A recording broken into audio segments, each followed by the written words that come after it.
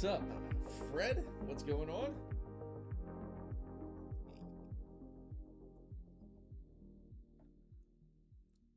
Good morning, everybody, for everyone coming in. And man, I gotta say, it's August and it's not the best start that we're hoping for. No, I didn't get to see what you did yet, Fred. But man, I gotta say, you are the first one in, though, for sure.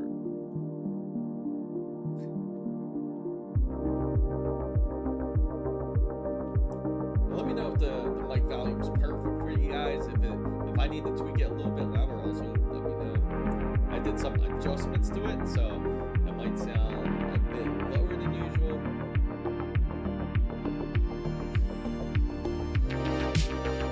Do you think Corsair actually can be? It just depends on if you truly value RGBs.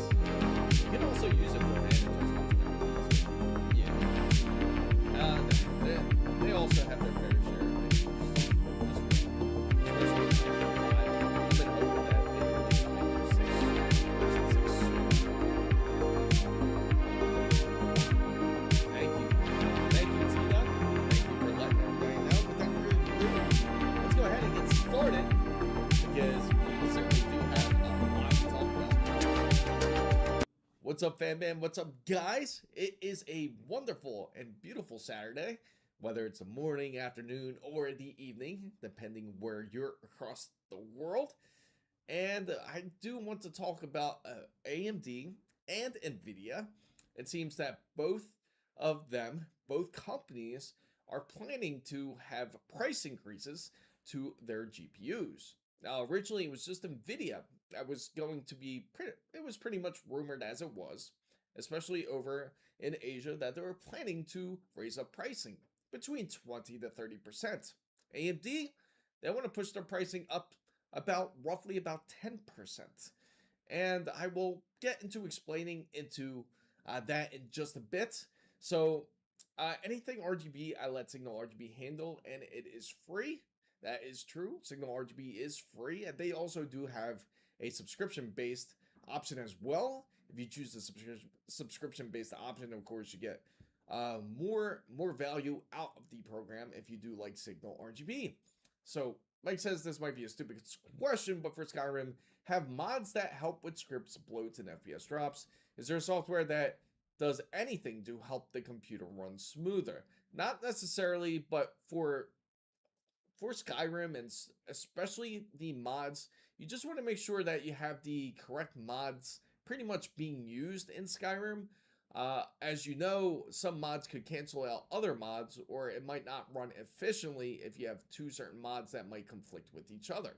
Say, for example, you have a 4K texture rock and terrain mod, and then you have another one where it's like, say, like an HG like terrain and rock mod. They might conflict with each other, and it might actually cause some sort of FPS issues because of that, or it just might not look right. So those are the things that you certainly want to look for. You want to look for more compatibility. Concrete, what's going on? What's up, Takuma? That has a birthday of, oh, congratulations on the independence of Switzerland. I'm not buying a 5080 anymore. Oh no. What's the plan then? MBAM to remove bloatware and malware. Jenamorph, what's up? Great to see you. It's been a while, man. How's everything? I know you've been mad busy. I remember you said that you pretty much had your work pretty much covered up. Yeah, it's great to see everybody.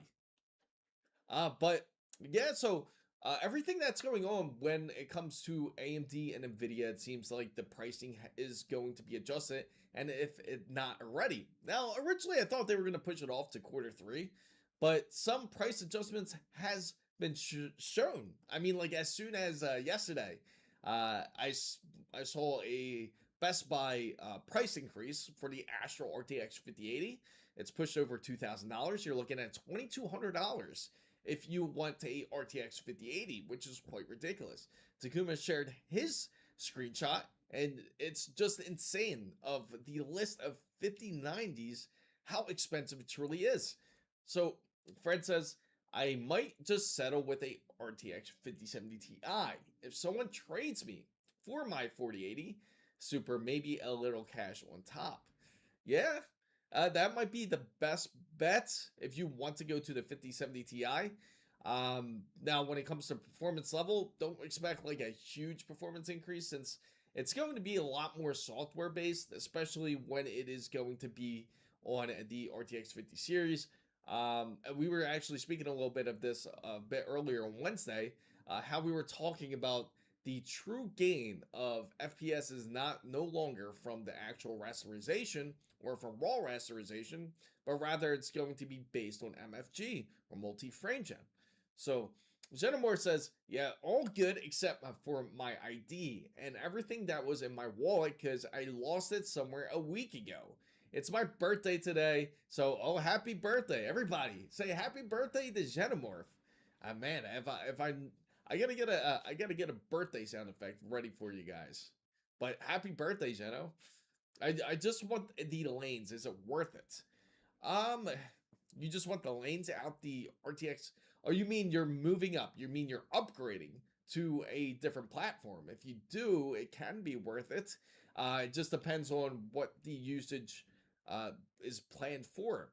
So if they were still making the Lightning or Matrix, I wonder how much the price would increase.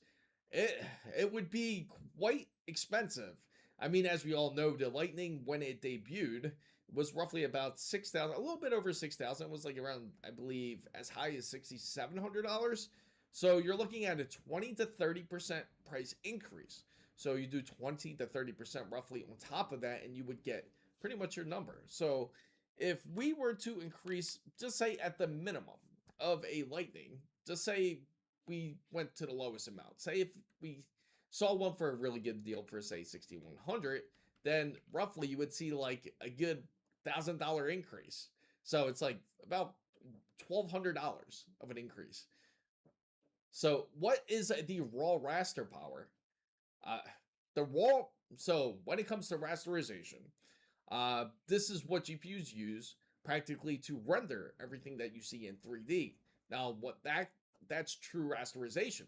Now, when it comes from software, it's pretty much just like how FrameGen works. It just sees one scene and it kind of creates another scene to look similar to that frame, and then it just multiplies it. So that's why it's called multi-frame gen. What's up, Ernesto? Great to see the gang here. I game. Guys, don't forget to say happy birthday to Genomorph. Game like Forza Arc, GTA. Oh, okay. So you like so those type of games you can take advantage of it.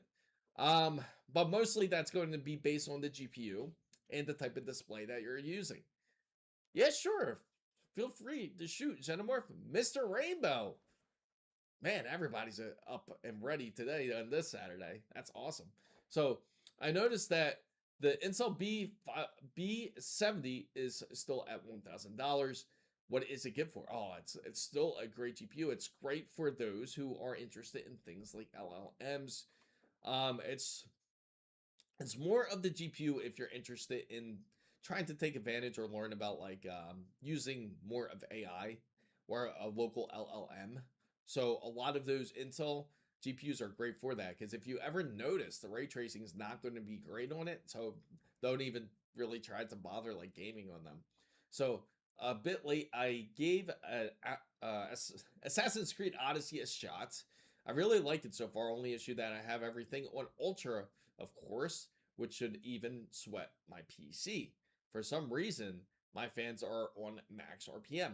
Okay, so if that's the case, is that just specific? Is that all your fans or just specifically your GPU fans? Because if it's all your fans, it's going to be probably more than likely be a setting in your BIOS. Once you hit a certain temperature, it probably will trigger it. Sorry, I haven't been into computers since. That's all good. No, there's never any dumb questions. It's always good to ask. It's also kind of stuttering. Okay, so you're facing stuttering issues as well. So it sounds like it's using some sort of resources here. Now, of course, the most obvious thing to do for anyone to do, like if you have a GPU or a any type of PC, you want to make sure that everything is up to date when it comes to the GPU. First off, if you're facing some sort of stutter, you want to make sure that it is the wrong resources are being used. I'm on the G7 monitor. I tried to game on 4K. Hey, there's nothing wrong with that. You could try to attempt to. You can always test it by dropping down different resolutions to see how well it works. What's up, Smitty? When it comes to ray tracing, do I need like a tracing paper and pen? Just kidding. All my fans, and it's only on Odyssey.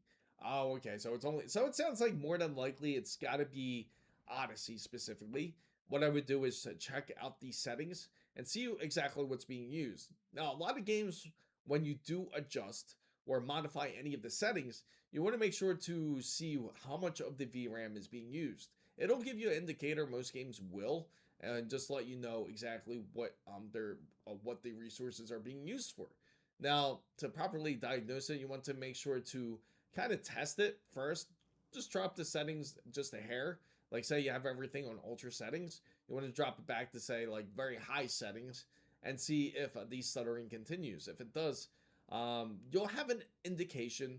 You could pinpoint it depending on what is being used. Typically, it could be like some sort of DLSS that might not be correct. It could be a really obvious one. A lot of people certainly do overlook this. Is going to be VSync. You want to make sure that is off as well. If you are using DLSS, you want to make sure to have reflex on as well. So only exactly what CPU is it? That is, yeah, that does matter. 6,000 something motherboard out of 16,000. Okay, yeah. So if it's using such so little, more than likely, it sounds like it's probably more than likely going to have to be some sort of display. So I would check, just double check that VSync is off, because sometimes that is on by default, and that can cause that micro stuttering. So I was having starting issues today too, and thought it was my GPU, but my GPU was fine. Ended up being my CPU, and I had XTRD mode. Sometimes that could be a headache too.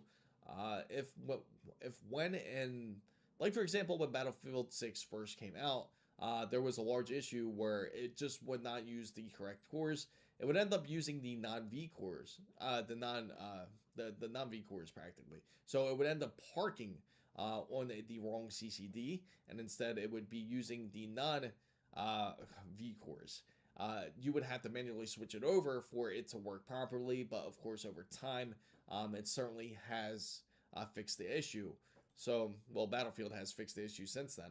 I've even capped the game and control panel into 144. Oh, wow. Yeah, like I said, it's probably more than likely the in-game setting. Also, check out your display. Just make sure that you don't have anything interfering with the display. You said specifically if it's only an Odyssey, it has to be something to do with the display setting. Gigabyte released a update for the issue. That's good. So the system ramps up only when the fan speeds. Yeah, that's true. So you do have the fan speeds ramping up.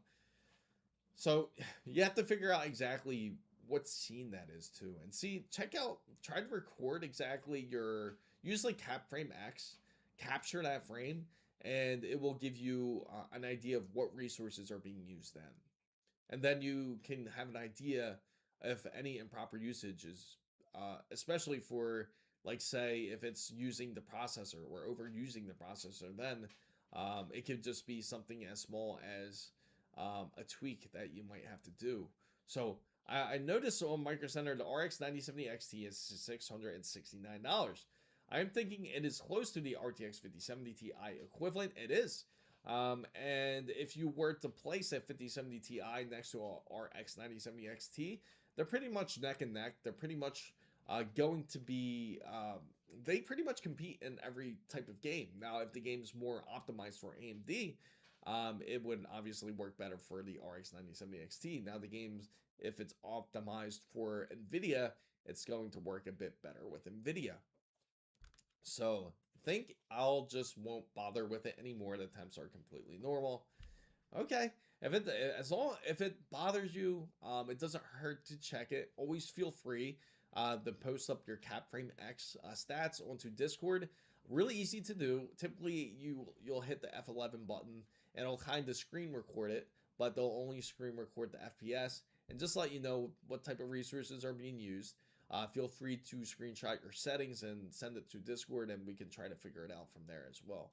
So I grew up with my dad teaching me on how to use DOS, good old DOS. Computers nowadays are science fiction compared to what I learned. Yes, especially that we have AI in control.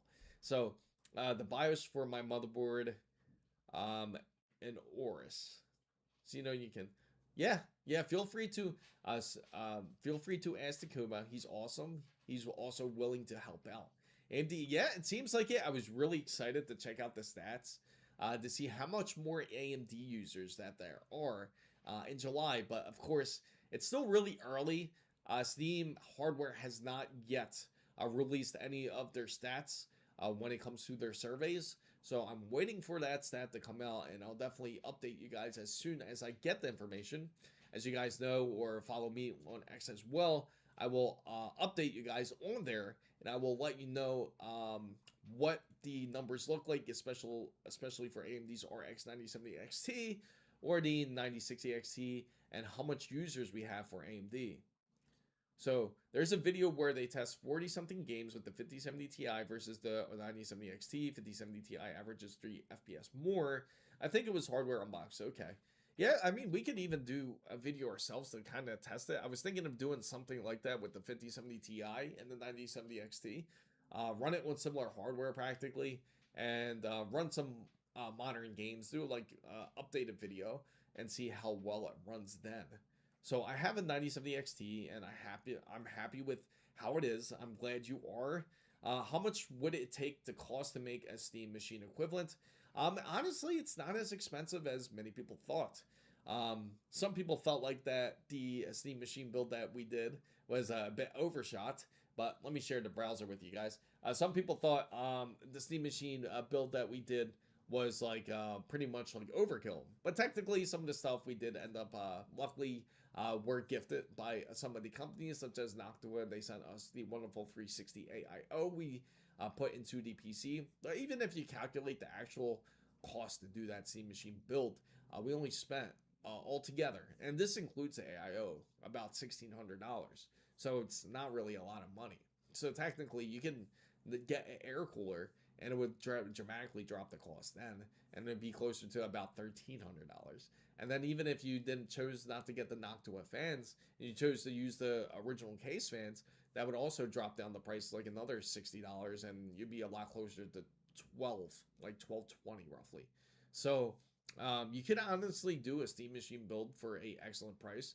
But if you're looking for more of the compact size, like if you're looking for like a 6x6 or more of like a micro ATX build, honestly, that wouldn't be as expensive either. It's all about picking the correct hardware for the build. And if you wanted to have the equivalent power or even more power than the actual Steam machine, you can actually build it again for just probably slightly over $1,000. It's not going to cost much. You actually spend less doing the PC build than buying the Steam machine. The nice thing about Steam machine, it's built for those who are recently or just interested into PC gaming, because PC gaming, especially when it comes to PC building, can be confusing for a lot of people, especially that they come from console. And now going from something like a console where you never truly have to like disassemble it and truly put it together. Maybe some people have. As you guys know, it's completely different when you build a PC. So if you build a PC, you can imagine how confusing it can be for some people. I do advise that many people that do come from console that come over to PC don't really be intimidated by it. It's much easier than it looks. Of course, take your time when doing it. Of course, start off building with the standard ATX. It's going to be quite tough for anybody to start off with a micro ATX build or a ITX build, because requires a little bit more knowledge on how to fit in certain parts in a particular way. So I would say start off with like standard ATX builds, especially for anybody that's coming from a PS5 or is coming from an Xbox and wants to build a PC. And again, it can easily cost just like maybe slightly over $1,000, if anything. So and also to all that have a AMD X3D CPU, try to turn off the X3D turbo mode in BIOS. That is true. That will certainly actually impact. It's ironic, right? You would automatically think the X3D turbo would automatically help you, and it's the same thing when you go into the BIOS and you'll see something that says uh, game mode, and you want to actually have that off. A lot of people might think, oh, game mode, that's going to automatically help boost my FPS in gaming. Sometimes it does the exact opposite. It doesn't perform nearly as well as many as hoped, because it does affect. It actually will cause micro stuttering when gaming. So they did 1440p and 4K, and it was 52 games. I had to go look. Oh, okay, that makes sense. We should have bought that the Hob edition. They might still have it in stock. We could look at Micro Center. Because this is Newegg, but let's go ahead and check Micro Center. So if anybody's in Florida over here, I do have to say that it is tax-free time. So take advantage of it, especially because, as you see, tax-free tech days between July 20th to August 20th. So take full advantage if you can get a PC build from Micro Center. You can fully assemble it, or you purchase on Newegg. Doesn't truly matter where you get it from, but there is no taxes right now if you go ahead and purchase electronic products. So take advantage of it. There's no extra charges, no extra 7 to 8% on purchasing any electronics. So I would love to see that comparison on here someday. Oh yeah, for sure. I will definitely do a comparison. I was thinking of it. Thanks, Smitty. I do appreciate the love. Well, I had in mind to buy it, but now I have no money. I gotta say, it's getting really expensive. I feel bad for everyone that is trying to get into PC building, but even though that we have these price increases, even though we know AMD is going to end up pushing up the prices 10%, it's not quite official just quite yet. So you could still manage to get a RX 9070 XT for a good deal. The RX 9070 XT, let's take a look at it. $670, and this is for power color, so the price increase hasn't hit it yet. Pretty soon you're going to start seeing it go closer to more like 720, maybe about. So you're going to see it hit over $700 for a lot of these RX 9070 XT models. The RX 9060 XT models, the 16 gigabyte variants, you're going to start to see that end up pushing over its original pricing as well. So you're going to start to see a lot of that increase. Unfortunately, we just don't know exactly when it's going to happen, but you can see some of the pricing is a bit higher. $720 for this AMD RX 9070 XT, so that's kind of pushed up in pricing a little bit. Gigabytes AMD Radeon RX 9070 XT is about $740. They have Yeston's, wonderful Yeston's, $800 RX 9070 XT Sakura Atlantis GPU, and they also have the RX 9070 XT Prime Overclocked edition for about $800. So you can see some pricing adjustments. So it's kind of affected a little bit. It's hard to say because even now that we're seeing some of these pricings, you're automatically seeing that it's already expensive as it is. So just imagine now it's going to get pushed up even higher. Like this power color AMD Radeon RX 9070 XT, this Devil Spectral that's all white is now $900, which is like about the equivalent of like what a RTX 5070 Ti originally was. So I'm waiting for that 2 gigabyte. I don't know if that's gonna happen. It might happen now. I mean, we all seen that AMD released this RX 9050.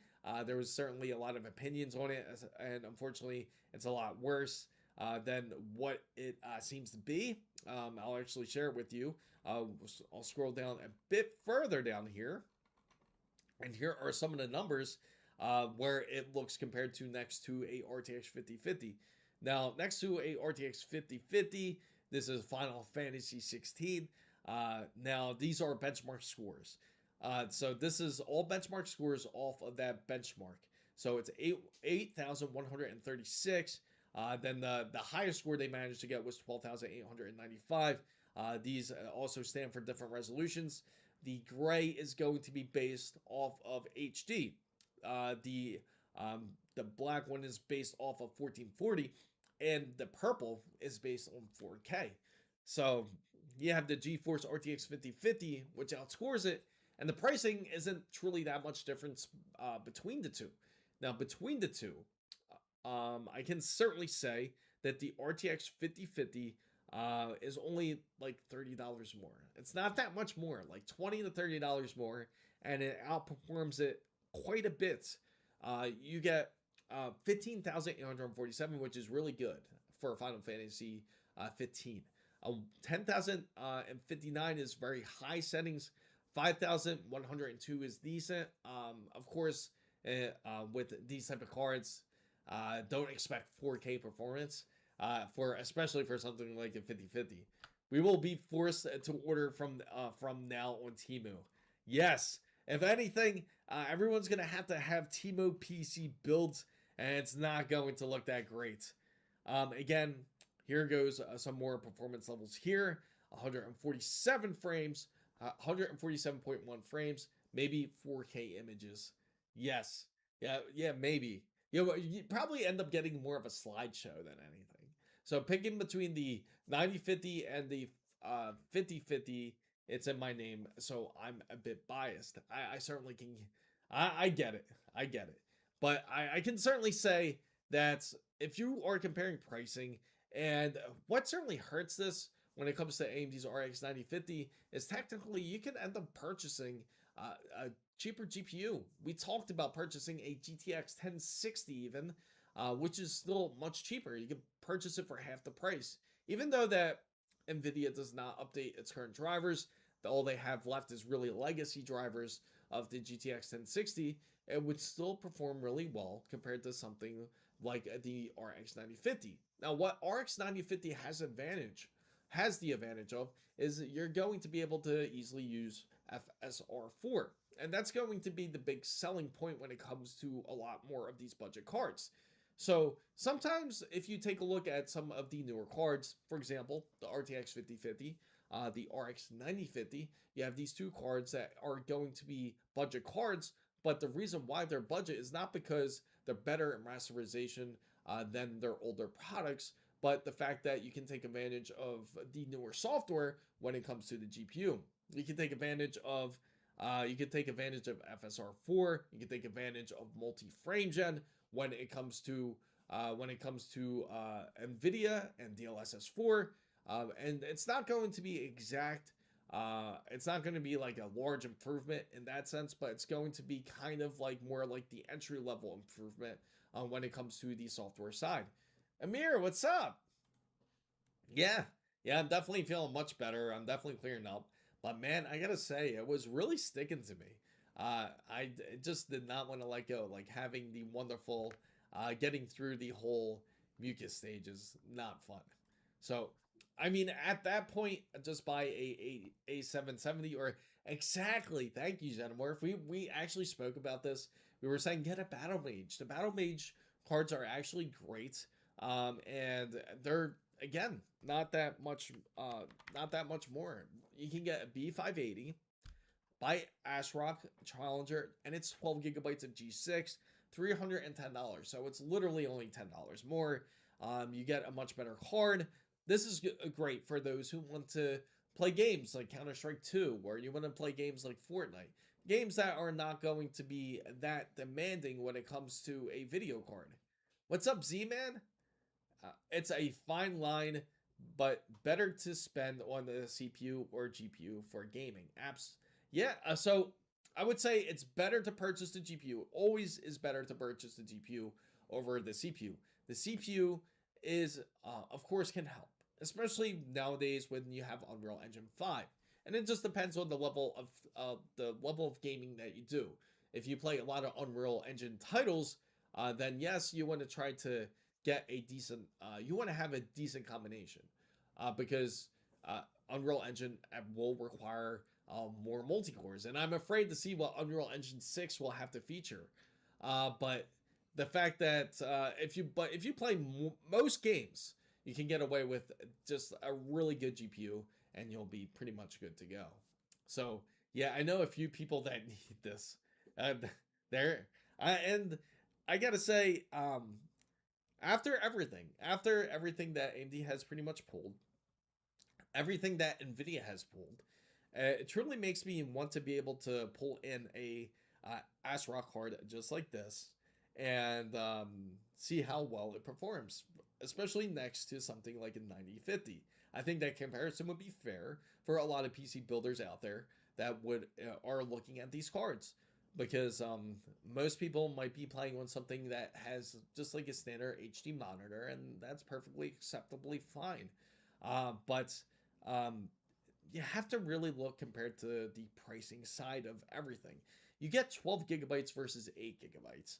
And same thing with the RTX 550, as you get, again, you get 12 gigabytes over 550. The RTX 5050 also features G6, and they all pretty much feature G6.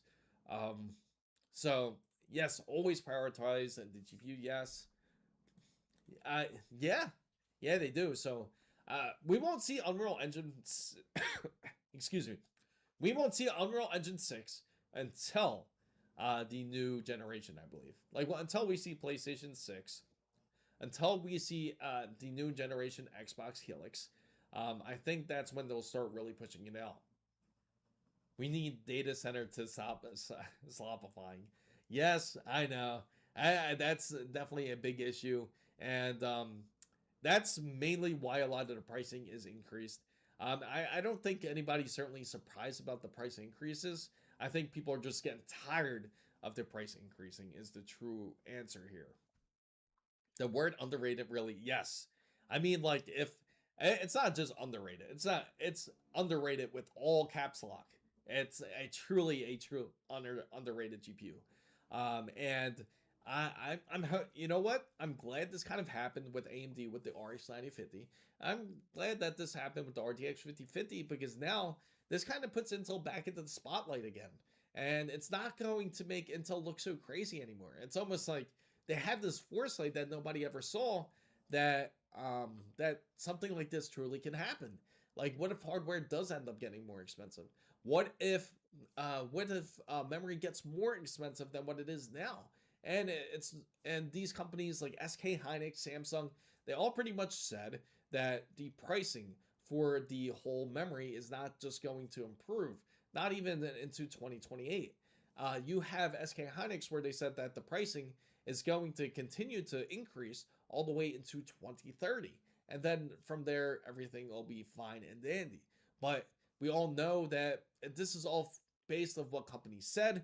And we were all hoping that it would end by 2027, mostly at least. And we're already, like, think about it now. We're in August of 2026. And who would have thought the memory fiasco would have lasted this long? This whole Ramageddon has lasted this long. So, Kaitsu says, I know it may sound sketchy, but ever tried looking for a second-hand Chinese brand? Yes, yes. We actually just talked about it. We actually just went right over it because Yastin's right here. We took a look at that. Now, I honestly think some of these brands are not too bad. Like some of the China, I'm not saying that they're all terrible. The ones that you can't trust are the ones that you go onto AliExpress. Those are the sketchy ones. The ones where they have names that you've never heard of before. Those are the ones you can't trust. So hopefully better optimized games for 4 gigabyte GPUs. I got games on a I got game on a B550 on the. Oh, you gamed on the first time for a B550. You were pleasantly surprised. It's quite a surprising card, I gotta say, for most people. Yeah, I can't wait for your having case. So Amir just got this wonderful having case. I'm looking forward to have Amir have it put together here.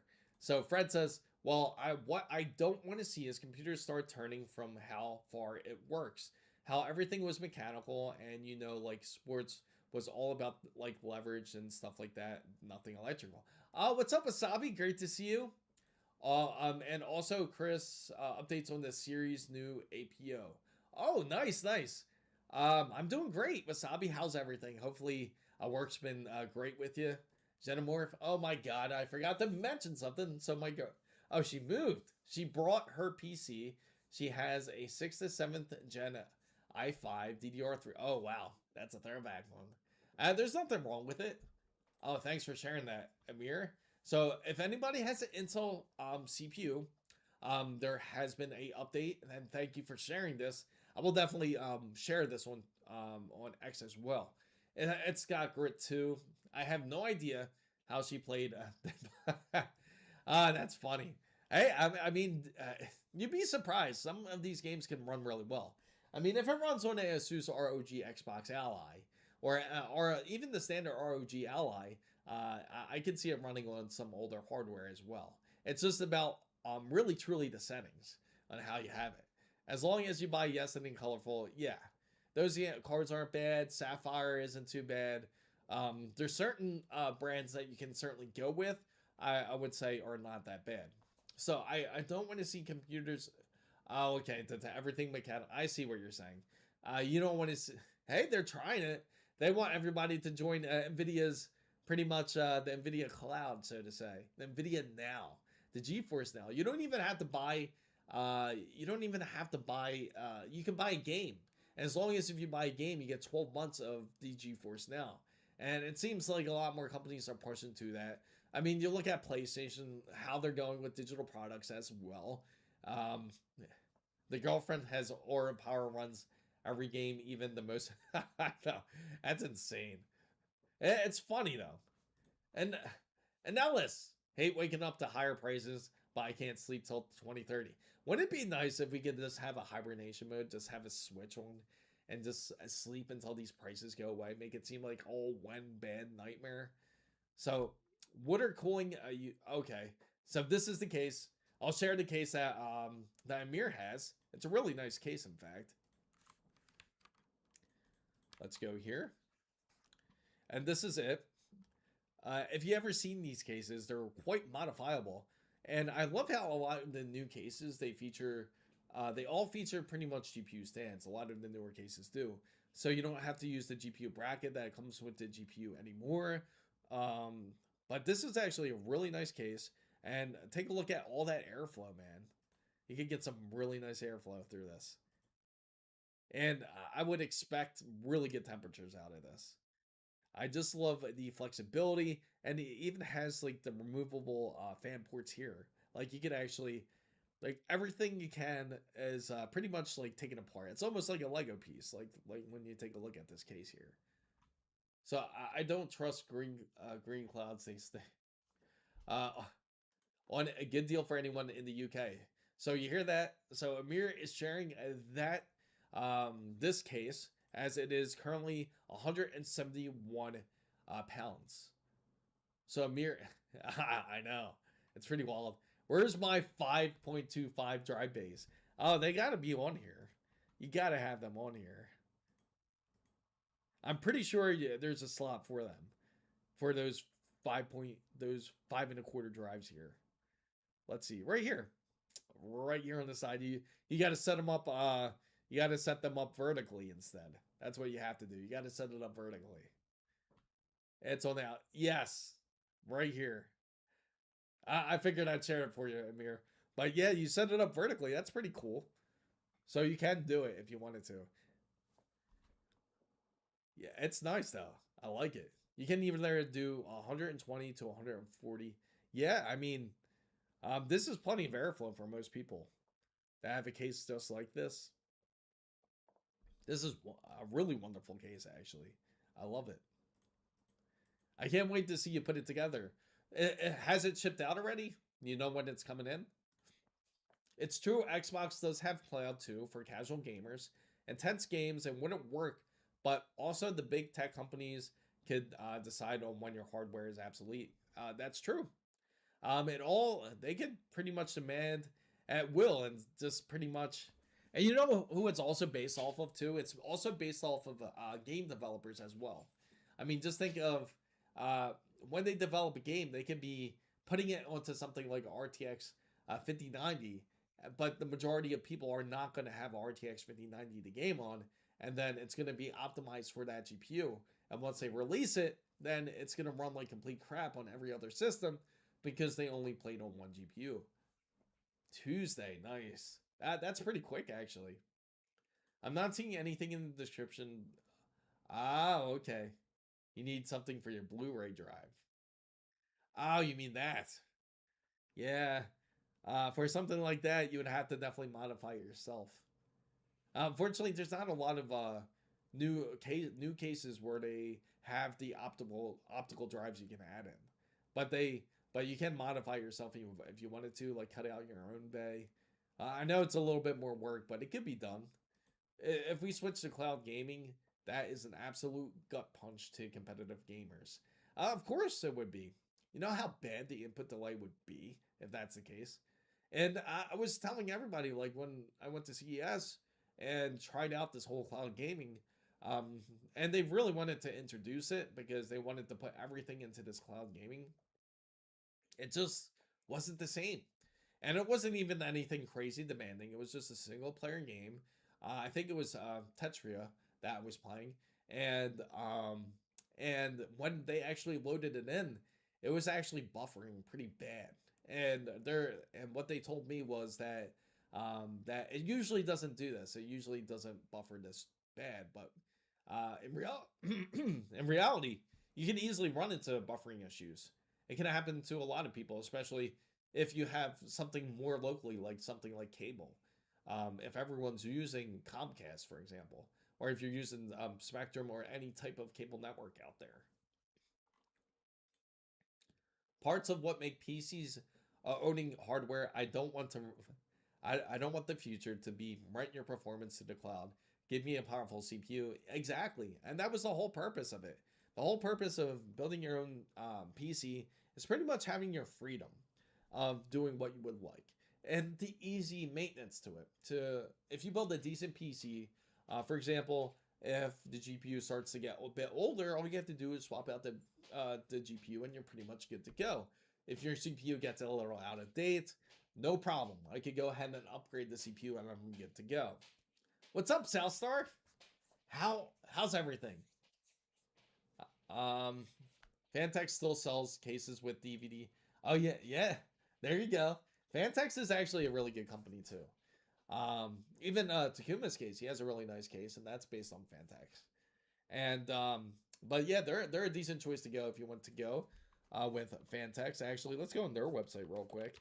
It's funny how like we've been like into the whole PC case side of on PC builds. It's a big discussion, I know, but this is pretty nice though. I like their Evolve X2 Matrix. And we're gonna go and take a look. And they got quite a few cases here. Do you know which model exactly is the drive bay case? The MV9 is more the newer stuff. But I love the way that looks though. That is pretty sick. Uh, uh for let me see. I guess I'm stuck on my fractional pop era first gen until Cooler Master releases. Yeah, I would love for them to release it outside of Japan. That would be wonderful. A bunch of smart minds in one chat. I love it. Yes. Uh it's a wonderful thing, I gotta say. It's wonderful to see everybody here. That's what I thought. It's a unique feature that you don't usually see. Yeah, instead of 500 USB ports, you had yes. And believe it or not, there's still motherboards out there that still actually have this, and the main reason is for those who are into overclocking. If you're into overclocking, this is pretty much its way to pretty much bypass that. I got Fractal Silent Pop 2. Ah,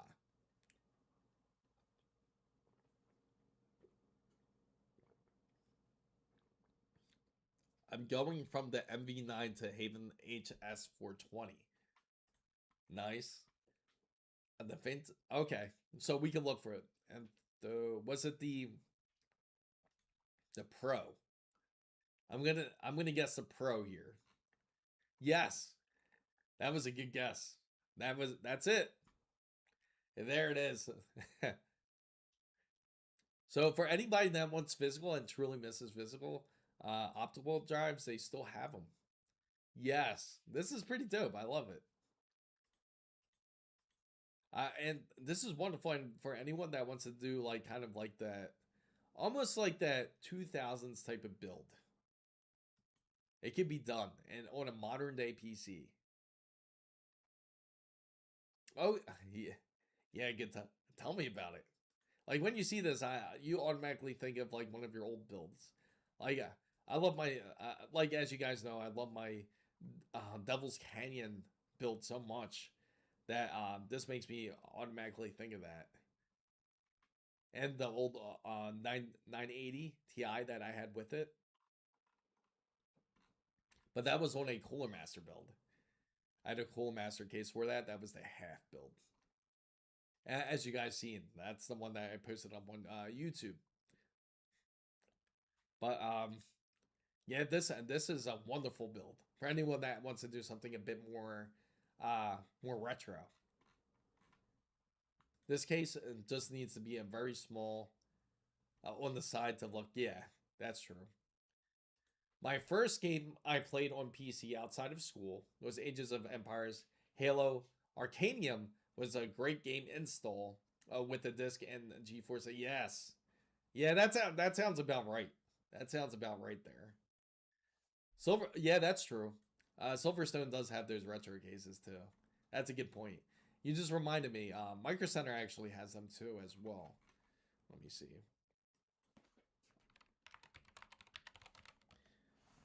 We saw it in store, but it was all falling apart because so many people were like, I guess, touching and messing with it. It's this one here, but I believe the drive bays on this are pretty much fake, aren't they?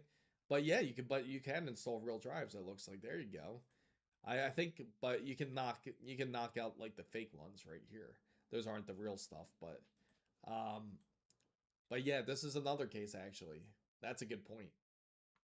I think it has a key for the lock. Yeah, like the Kensington lock they call it. Let me know. Yeah, it's possible. Oh yeah, yeah.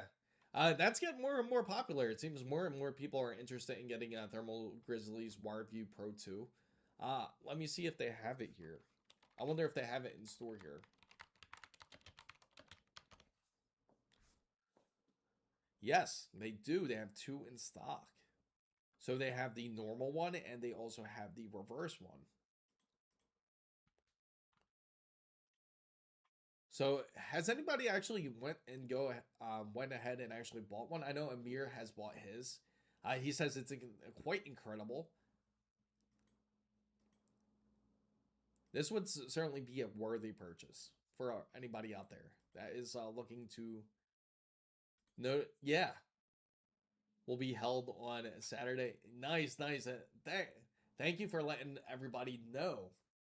That's great for everyone to know, especially in the Massachusetts area.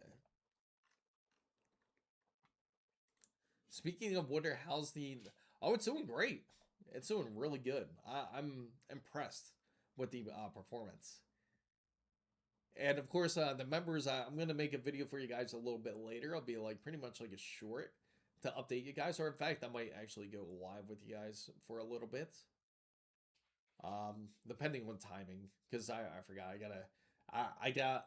I'm going to go see the new Spider-Man movie today too. Um, if you want the wired version for anyone that has the 50, yes. You must purchase from the Thermal Grizzly store. Oh, why is that? Is there a reason? Because I'm pretty sure you're, because usually Thermal Grizzly, I know will, if there's a good reason, please let everybody know. Look up Vantex and those elite server cases are showing what the monsters, oh wow.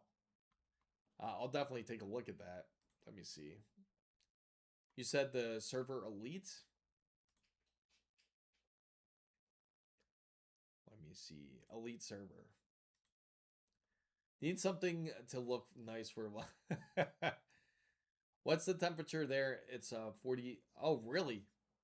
Oh man, that's actually pretty hot. Yeah, 40 Celsius over there is hot.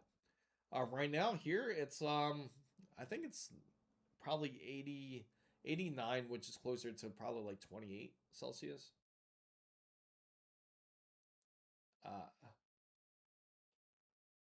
okay, okay. Let me see. Okay, we'll check it out. I'll click on the link soon, Amir. I'll definitely share it with everybody. Um, so oh wow, take a look at this. This is like a straight up workstation. If we can you imagine we do this Threadripper build and we put it in something like this? This is massive. This one didn't even. I don't think it would even fit in like the casing, like where I have under the desk. We're hitting. Oh wow, yeah, that's extremely hot. It looks at 4 feet tall. Yeah, that's awesome. This is the meaning of a server. Having a real server in the house type of meaning. Oh, and oh, I see that the Cooler Master Bob Parkinson. I'll share this one too. Let me just share what Mir wants to share with the world here. Okay, so we'll look at this real quick. 175. It's actually a little bit more than Micro Center. That's so crazy, right? I wonder. It must. They have wired, normal, and reverse. Okay.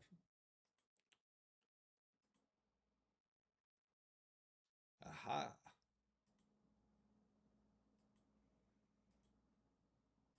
Okay, okay. And the Legacy Hold Master. We're going to share this by. Which project did you made, by the way, Chris? I saw some post about a build coming together. Completely missed. Um, there was quite a few projects. We actually did quite a few PC builds already this year. Um, there's one on the way right now. The last project that we did was pretty much like Project Ninja.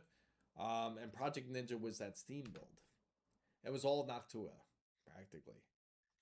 And I kind of have an ideas on another Ninja build, which is going to be called the. I was actually sharing it with Takuma as well, but it was called the Ultimate Ninja. So this is the master. Oh wow, this is nice.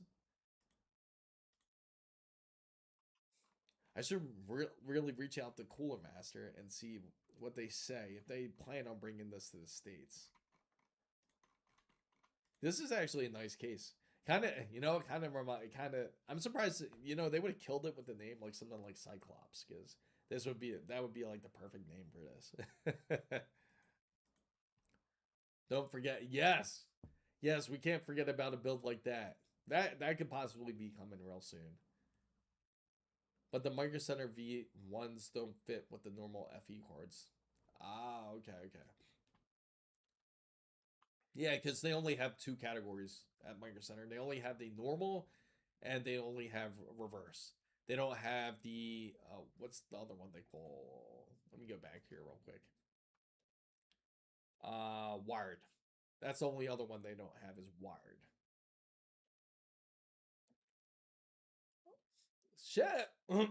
Chefs, what's going on? Just popping in for a few. We're nice in to do my Windows. It's been over a whole year. Oh man. Yeah, good luck on it. What? Yeah. So you went with the wired white, right? I would think. And they also have the white version too. But of course, you're not going to get that for the Founders Edition.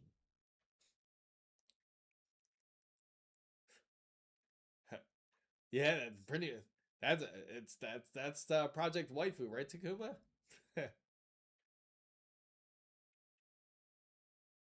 Yeah, so that's pretty sick. So if anyone wants a decent type of, if you want to truly monitor your 12-volt high power port, this is definitely one of the ways to do so. I think I have. Oh, you. Yeah, that's right, you did. Um, Actually, I could show it because it's on Discord as well here.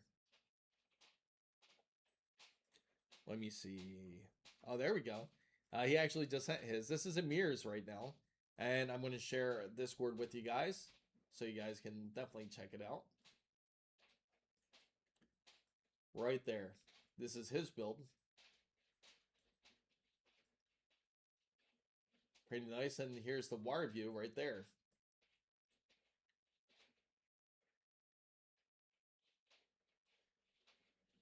And then I'll share his 25 watching and only. Oh my god. Make sure you don't forget to hit the like button, guys. What pushed me to do my OBS stating my GPU isn't supported by Twitch? It hits it. I figured it's a bug. AMD GPU had an update. Yeah, they just recently had their update too. AMD just had an update just yesterday. So make sure you guys give your GPU a decent update. So I'm gonna look for Amir's other picture here so I could share it with you guys. Oh, he sent a bunch of pictures now. Here we go.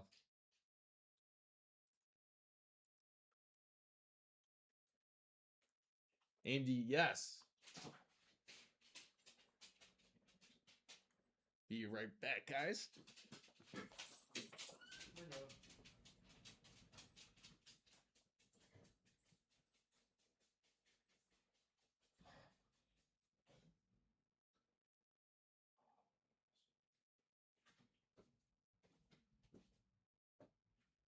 There we go. He's just getting. Jenna want it out. Oh, have a wonderful. Oh, she knows out.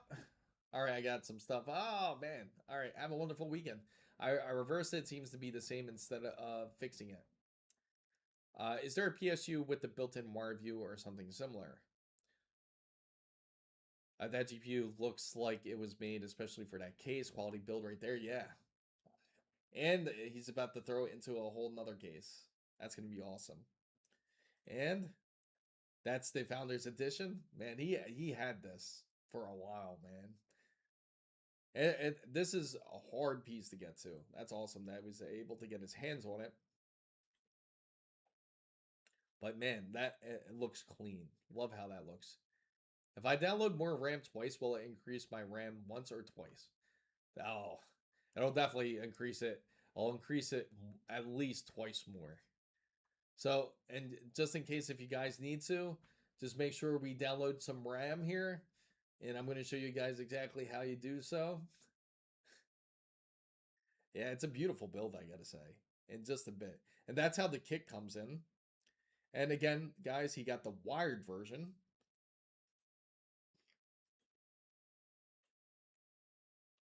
And that's specifically if you have the Founders Edition. So that's what having a chunk of gold is referred to. Yeah, it's really sick. So if you guys definitely need some RAM here, this is what you guys got to do.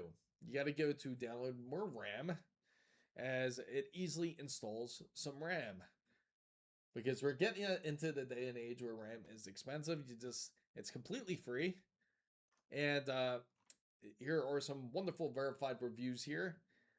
As I downloaded the 1 terabyte plan and accidentally created a small black hole. 10 out of 10 would download again. And this is coming from a quantum physicist. So if you guys need some more RAM, go ahead and download. Go to the 1 terabyte and just hit download now, and you're going to get some additional speeds that are needed for your PC. So there we go. We automatically got 1 terabyte installed. I know where the wire view is, but I'm hoping that companies make a PSU that can read out the 6-pin voltage too. It'll probably eventually happen, but the thing is, I don't think there's going to be a demand for it because Many people are certainly more worried about the whole 12-volt high power port, and I think this is what was the big deal about it. So so they have a micro center, but they only have the two. The two that they have is the normal one, and they have the reverse one. Now, if you get it from Thermal Grizzly, they offered the wired version as well, and they do also come in black and white as well. So if you're looking to get something like this added to your PC build, Thermal Grizzly does have it. It's getting as once again, it's becoming more of a popular option for those who are wanting to monitor their CPU, want to make sure, I mean, not their GPU, to make sure that the pins are equally distributing power. So that would be great. So I know, isn't it? So maybe I should download the 64 gigabyte RAM kit. I bought last year. It's going, yeah, there you go. It's going over $1,000 now. So, so if you guys are want to monitor, you want to make sure your PC is safe, this is certainly one of the best ways to go. Um, to see exactly how the pins are being monitored. I remember Amir actually had a really good picture I'm going to share with you guys where he actually shows you how it looks in action, which I'm going to go back here so you guys can see it. And this is how it looks like. I'm going to also share this one, guys. It is right here as well. Another good picture of it. So again, this is actually a really awesome device for anyone that wants a peace of mind, really. Because even though we have these new power supplies that are coming out, they're excellent. They truly are. But sometimes the failsafe doesn't always work. There's still 12-volt high power ports that are eventually giving out and still giving issues, even with ASUS's new equalizer 12-volt high power port. It still works great, but there is still kinks and issues. And having something like this could truly save your pins. You'll notice that the power is not being equally distributed as soon as you see certain loads on a pin. This will inform you of that. And you'll more than likely, in fact, Amir can certainly even quote you on it because they do have a software on your PC as well in order for you to be notified in case if your pins are not equally distributing power. So also, yes, and exactly, and that's what I was bringing up. MSI has their PSU, Corsair has their version of it. Or I know some people say, well, just get an RX 9070 XT. That, yes, you can do that too. That is true. Sure, I have a RTX 6000 Pro, but I'm not pushing 4K 120 Cyberpunk, and I'm playing. Hey, some people really like to really push their card to truly test it, and I get it. You paid all this money. You want to see if it could truly handle the power. I get it. I do, but but this is certainly the best way to do it. Like if you were to really check the power, that's certainly the way to do it. Instead of actually finding out the wrong way. What's your view on Windows 11 Professional? Windows 11 Professional is a bit better if you're planning to use up more RAM. And if you're planning to use more RAM, that's the best way to use it. Now the LTSC is more of the limited edition. So, but most people opt in for Windows 11 Pro. Or you could even go to something like Linux. Um, I'm sure there's plenty of guys out here that will tell you to try to definitely attempt to go to Linux. I know the biggest thing is figuring out this whole TPM issue, and if they could manage to bring that over to Linux, that would be wonderful. Because then it would bring in the whole anti-cheats. You could play games like Battlefield 6 that uses a Javelin anti-cheat and much more. But of course, there's always options when it comes to operating system. I believe that SteamOS had certainly opened the door for that. That inform others that there are other operating systems besides Microsoft as well. Windows, here and Bob Barkison explains it as well here. Windows 11 Professional is for people who want to play the latest games. Yes. Uh, it's a bit more limited. There is going to be a split list on it. So PNY NVIDIA RTX 6000. There you go. So the Blackwell PNY. This is one of the more popular cards. And has that actually gone up in pricing already? When it comes to their GPU? Oh yeah, it has. Their AIs, again, this is more of a workstation GPU here. But if, um, obviously, if you game, this is not the card you need. This is used much more for if you're using it like, for example, LLMs, AI accelerator. If you're using more for that type of sense, yes, that makes sense to get a card like this. But if you're gaming, obviously, this is a lot of power. It's actually not going to be that much of a difference compared over to a RTX 5090. Yes, you get more VRAM, but it's already been tested in Monster Hunter's Wilds. It's not going to be a huge gap of a difference in gaming because of it. I need to upgrade my GPU because my system is bottlenecking. Yes, I knew this would occur. The RTX Pro I bought went up 2 times. Yeah, it's crazy, right? Yeah, absolutely. Everybody wants this card. Everybody does. Like if you're into LLMs, everybody requests for PMY's RTX 6000. Yeah, I mean, like you have people that's ordering more than one. You have people that are ordering at least 2 of them. Like especially when it's for a system, but they're pretty much begging. Like you should see these guys. They're begging Nvidia to certainly drop the pricing. And for anybody that's looking for it, just let you know, it's again, if you are into LLMs, they do have the whole tax free in Florida as of now. So you can take advantage of it. You can purchase it from Micro Center. You can purchase it from Newegg, thanks to the whole school break, back to school break. So any electronics that you buy, you can get for a great price. You can get it for a straight $11,000 if you truly want something like this. But of course, I'm not saying everyone don't get this. If you're gaming, this is again for more of those who are looking to use it for professional usage. I'm going to try it uh, because this is not supported. Very scary when Linux fans. Oh yeah, yeah. I think that's the issue here because I'm very scared when Linux fans trash the distro. They do not have it. I ended up buying mine for 91. That's actually a really good price. I remember when it first debuted.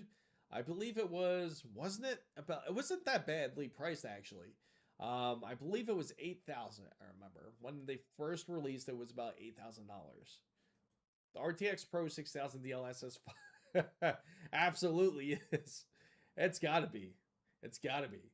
Oh, and also I got to throw in this. I'll throw in for anyone that is interested into joining in for this. Let me see. I'll add it. Not this. Let me see. Where did it go? I'll throw it in later. But if you guys are interested, we are trying to get this Threadripper build done. So we got about $220 raised for it, and hopefully we can get it. Oh, is it? You know what's crazy? I don't think it is because, remember Ricky guys? Like we did his PC build during that time, and he spent about 2,200, and he paid no taxes. He paid no taxes on it. But again, maybe it's because it's all the products combined, or maybe it's just like what you said. Maybe it's a specific product. If it's worth over $1,500, if it's one product that's worth over $1,500, then you can't be able to. Unfortunately, you won't be able to do so. Have you ever done any updates on the mouse and keyboards recently?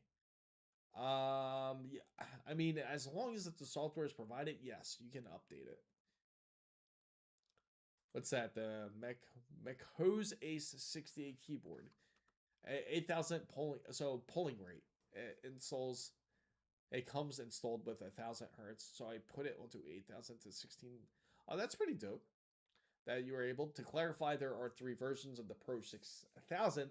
The workstation, I'm glad that you actually brought this up, both gaming and professional usage.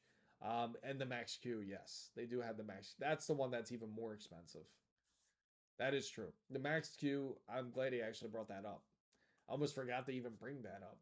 So there is, so that's actually a good choice for anyone out there. 15. Yes. Let's see. Let's see. I don't even know if they have the Max Q in stock here. I'm just gonna type in Max Q, and no, I think they only have that specific one.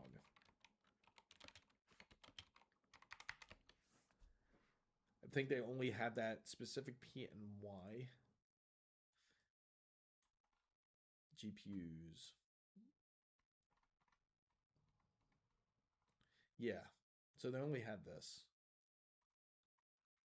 And let's go to NVIDIA side here. They do have the DGX. They have the older, or this is still a beast of a card too.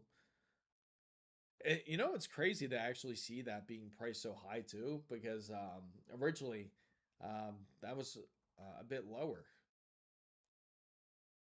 for the RTX 5000. Can you believe that? It actually pushed up the pricing. It's almost the price of what the RTX Pro 6000 is. Even this, here it is. This, excuse me, even this is expensive.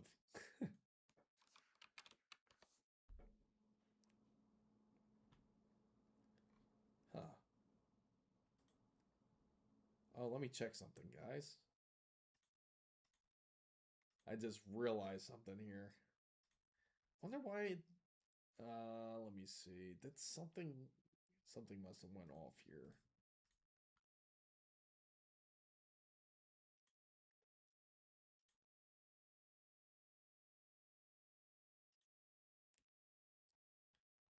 Oh, it never went off automatically. That's weird. Oh, now I know I have to manually do it. That's crazy. Okay. I'm so sorry for the people next because I thought it was streaming on there, but apparently it wasn't. It was supposed to be on there as well.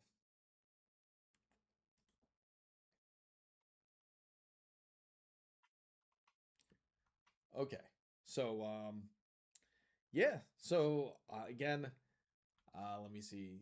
Yeah, it's 55 for T-Don. Personal computers and accessories priced for 1,500 less than for a non-commercial laptop use. The RTX Pro 6000 costs. Oh wow, man, that's expensive. Yeah, that's nearly $20,000 USD. That is crazy. The Max Q also uses less power than the normal one, so it's a bit more efficient. Uh, it would make sense, especially for something that's more workstation friendly as well. I'm gonna chill a bit, have lunch, and stay here until it's all done. I'll start. Okay, okay. 18,000. Oh, really? Man, it's truly gone up a lot. Let's try checking on Newegg. Maybe Newegg will actually have it. So, yeah, let's go check it out on there. The RTX 6000 Max Q. Okay, so they have two different ones where they both come from. One comes from Gigabyte specifically, and that one's $13,099. Let me go back just like that so you guys see it. $13,099, and they also have one that's $14,999, and that one is straight from NVIDIA. So they have a. So if you truly want it, they do have it offered. Let's log in to make an offer. Let's offer $100. You think they'll take it? uh let's see. Oh, am I simply better than wait? Better to wait. Okay. What's that, Amir? Are you sure? I think yours is muted because I see my mic is. I think my mic is live. It's up. But anyway, let's give it a shot. We'll log in, make an offer. They offer $18.35, and let's give them $100 offer. They'll probably nah. They will just. It probably has automatically. It's probably like eBay. They automatically. Yeah, I thought so, Amir. So they would automatically block out my bid for it.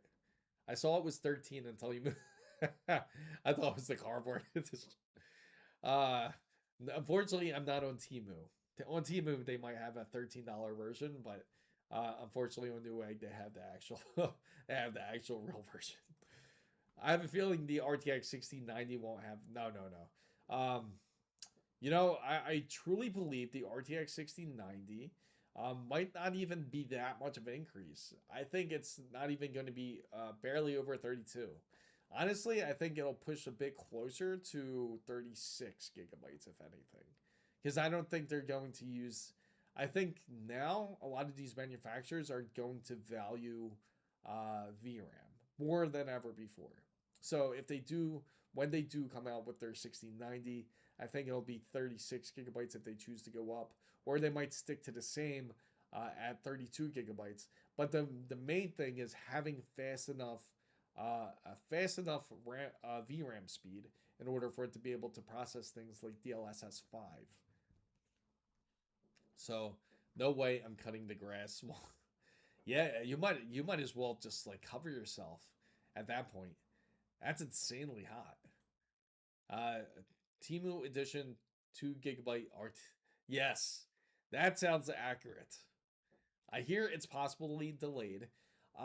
So more than likely, from what it seems like when it comes to Nvidia's cards, they have less interest in coming out with RTX cards because the reason being is because when it comes to the gaming segment, unfortunately, they make billions of dollars, right? And it sounds like a lot of money, but truly for Nvidia, that's nothing. As you guys know, or if you guys don't know, they're worth like about $4 trillion.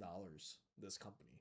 So billions of dollars versus trillions of dollars.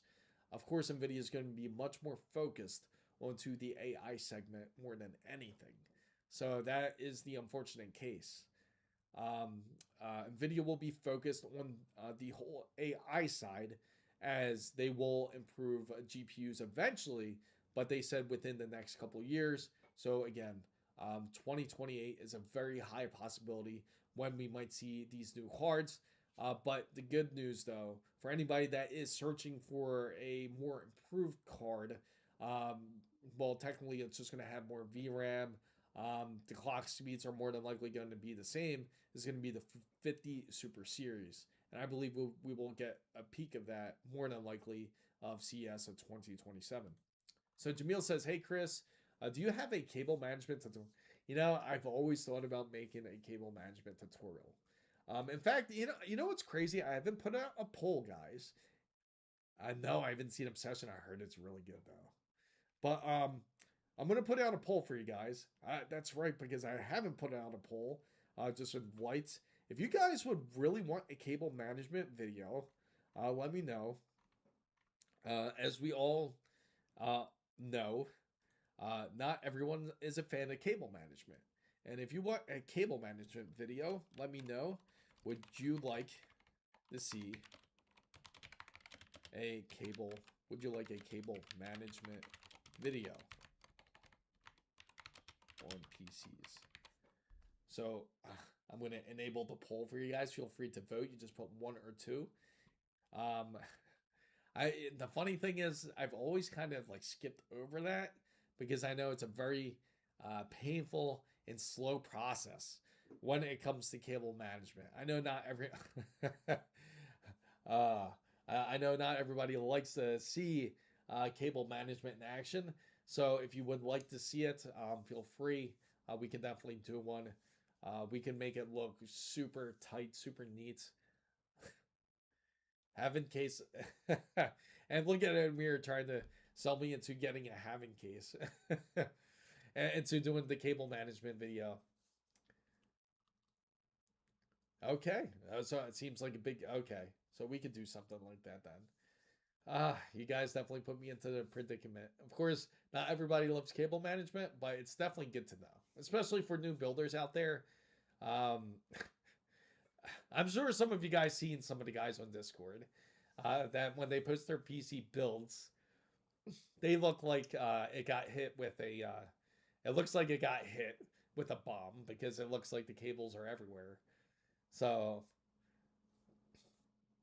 or just stuff like the whole thing in like I did. It's not like I'll ever open that. Yeah. You might, you might, yeah, you might. The the thing is, you might think that you're never gonna open that side of the case, but there's going to be a time when you will have to access it. There always is going to be a time, and unfortunately, that's the real truth of it. A new PC build project, the cable management project. Yeah, yeah. It's gonna be that's gonna be a serious project.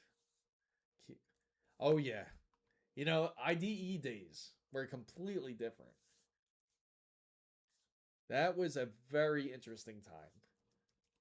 But the good thing about the IDE was that at least the cables were flat. You know, they were like long, flat. Not I can't call them ribbon cables. They look like ribbon cables, but they're much more thicker.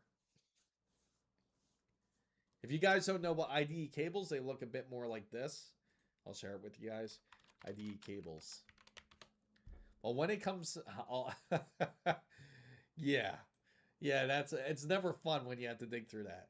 It looks more like this. If you guys are familiar with this, I know you guys built PCs from a very long generation. Definitely the old school guys. But IDE cables look a bit more like this. Yes, I'm sure you guys remember these. And it was important that you didn't mix up any of these cables because the black cable and the blue connection were both very important.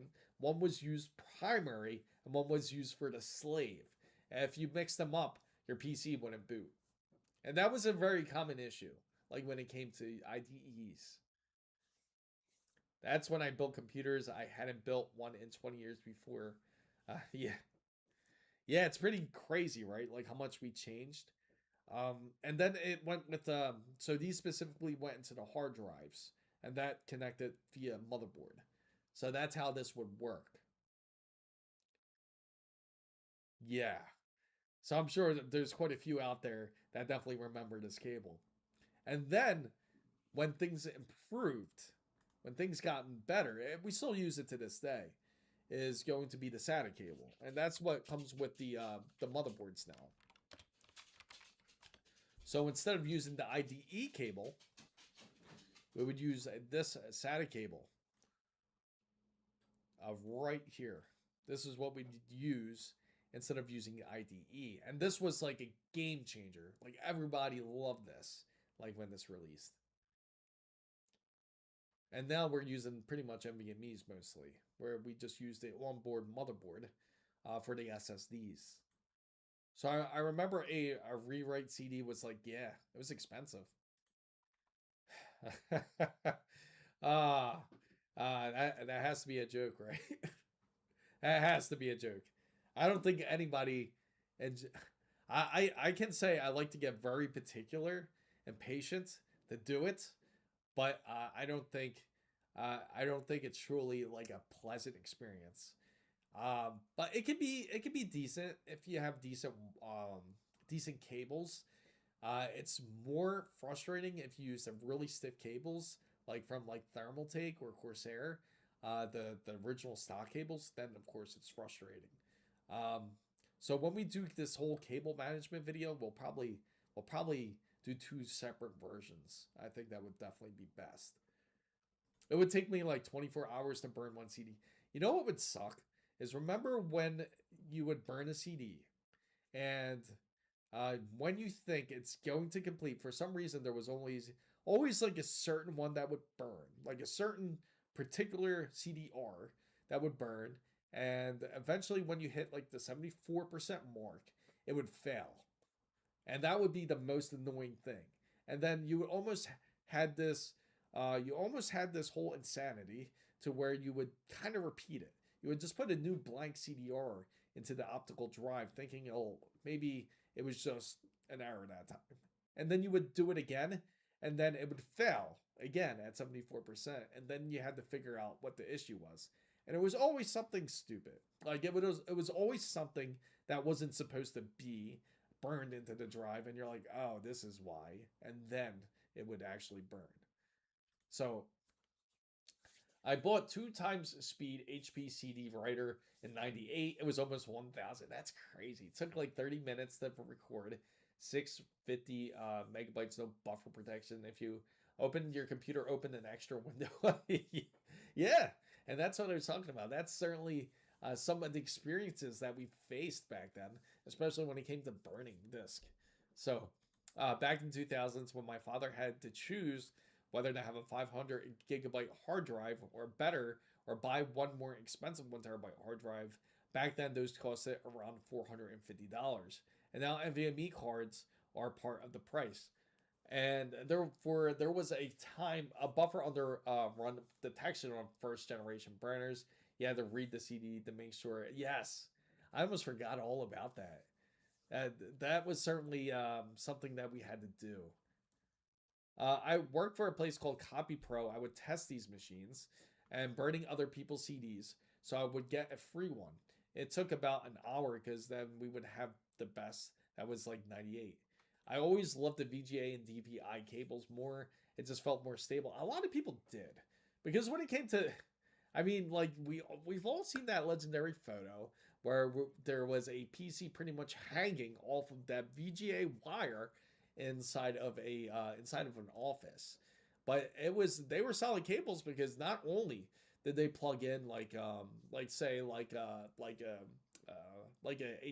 wire, but they would also have these pins on the side which you can actually screw in tight. And if you screwed them in tight, it would definitely not come out.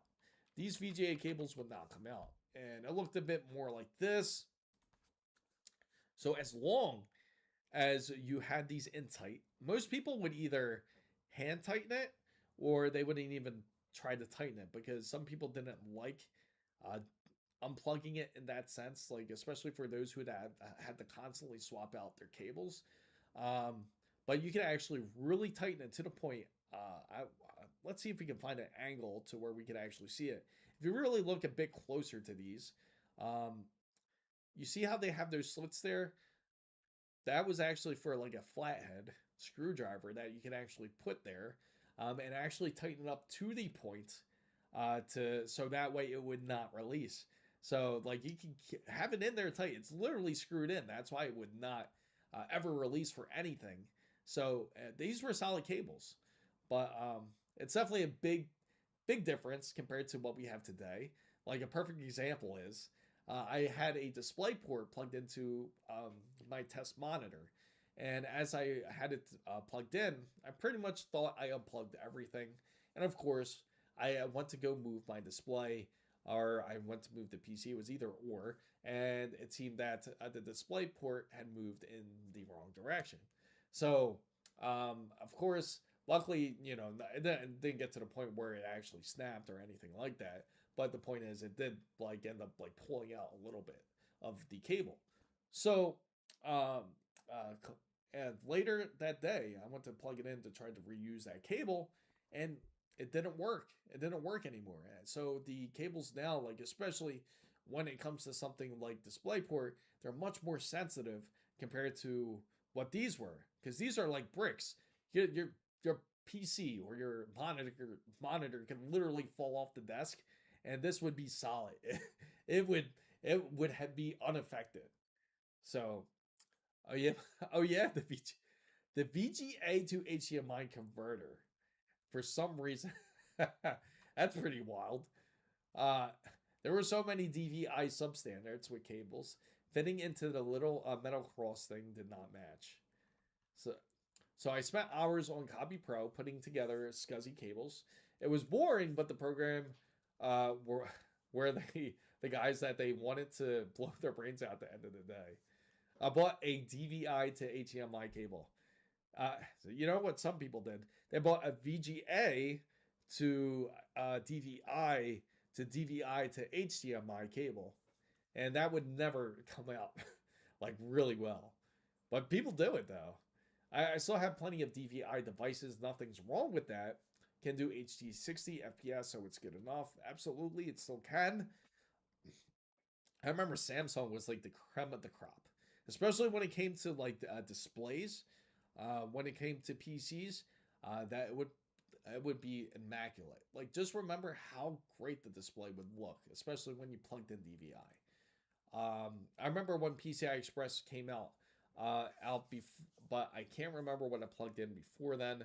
True, what's worse than having happened to your mouse that when it fell off the little, yeah, yeah, that was it.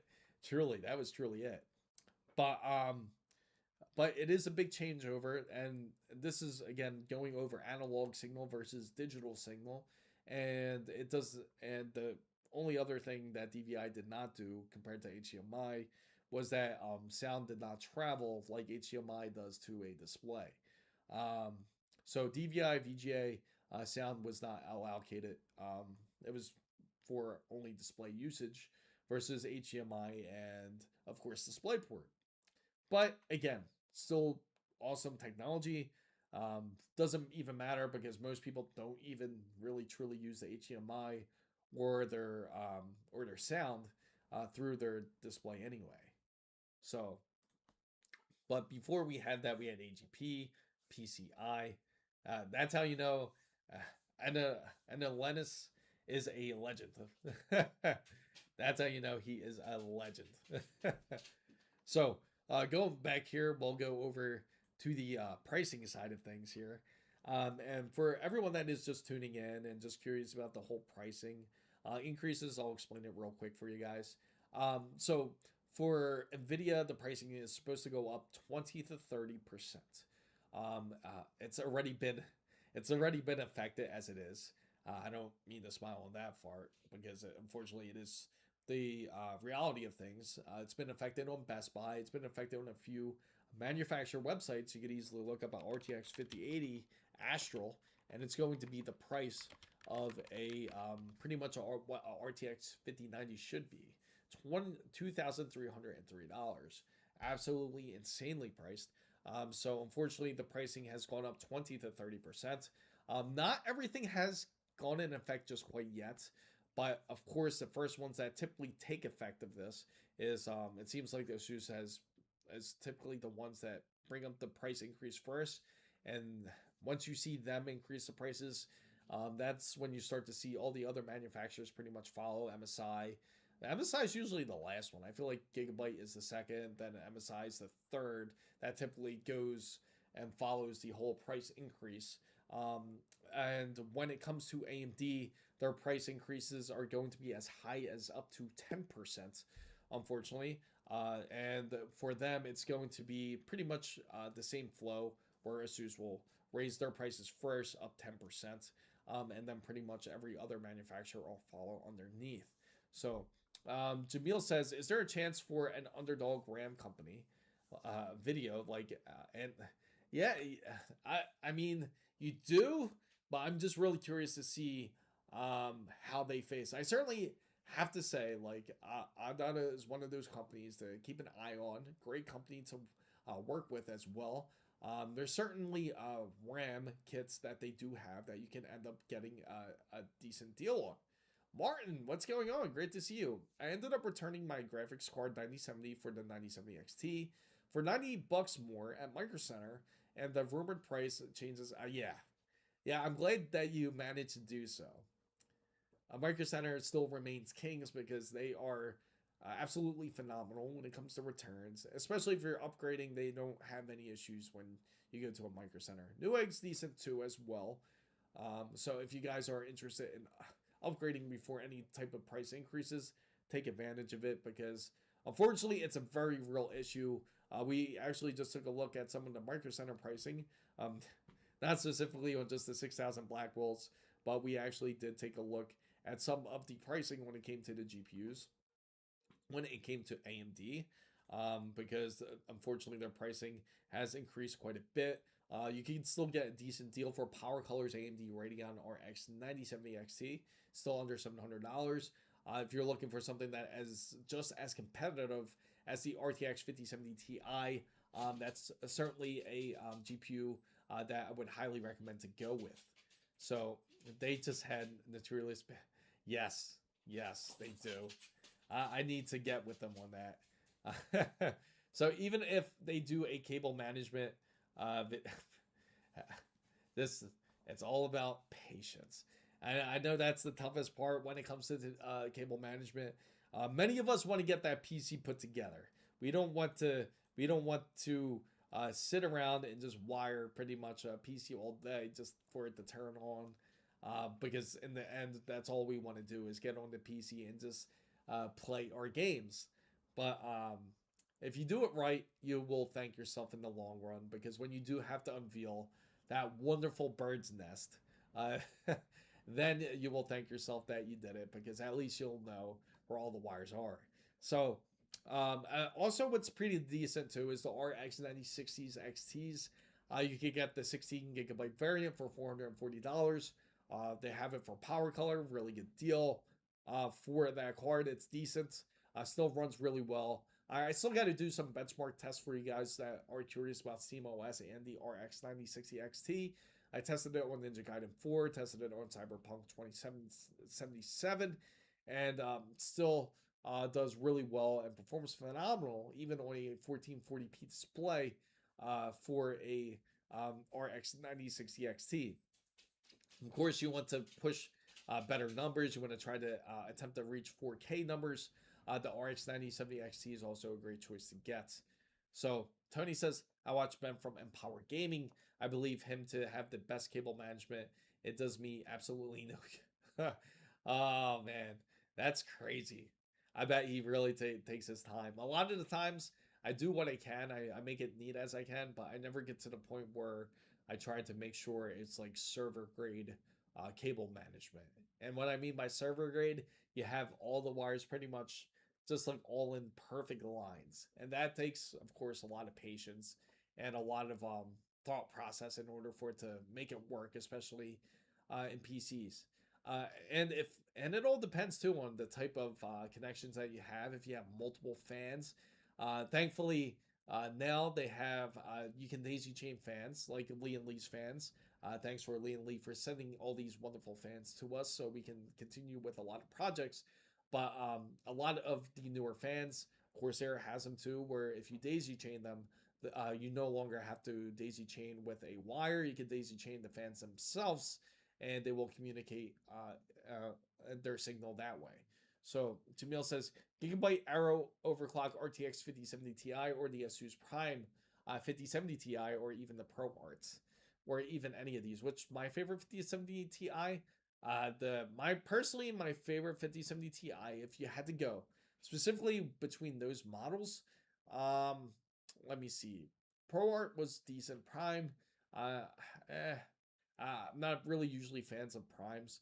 I would say, honestly, in the most non-biased way, I would say the Gigabyte Arrow is actually decent. And the reason why I say that is because I really like the fact that a lot of their cards, when you do use them, they typically don't really have that much coil line. That's why I certainly do respect a lot of Gigabyte's cards. But I've noticed like when I've used ASUS GPUs, they do have a bit of coil line. So, I'm yes, I Gigas. Oh, I can't forget about Gigasus. Gigabyte RTX 5070 Ti Infinity.